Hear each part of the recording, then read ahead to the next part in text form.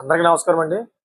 నేటి సమాజంలో యువత ఒక పోలీస్ జాబ్ కొట్టాలంటే ఎన్నో ఆశలు కానీ, ఎన్నో ఆశలతోటి కలలు కంటూ ఉంటారు. ఎందుకంటే పోలీస్ డిపార్ట్మెంట్‌కి అంత డిమాండ్ ఉంటదన్నమాట యూత్‌లో.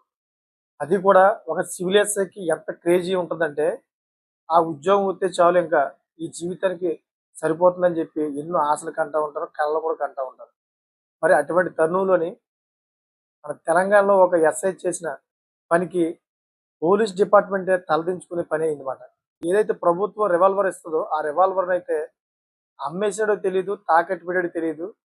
అడుగుతుంటే పొంతలేని సమాధానం చెప్తున్నాడు. అది కూడా బంగారం రికవరీలో 5 గ్రాముల దాకా బంగారం ఇతనే సొంతంగా దాచిపెట్టేసి, ఇతనే అమ్ముకున్నాడు. లోక్ అదాలత్‌లో కూడా సెటిల్‌మెంట్ చేశాడని చెప్పేసి ఆరోపణలొస్తాయి.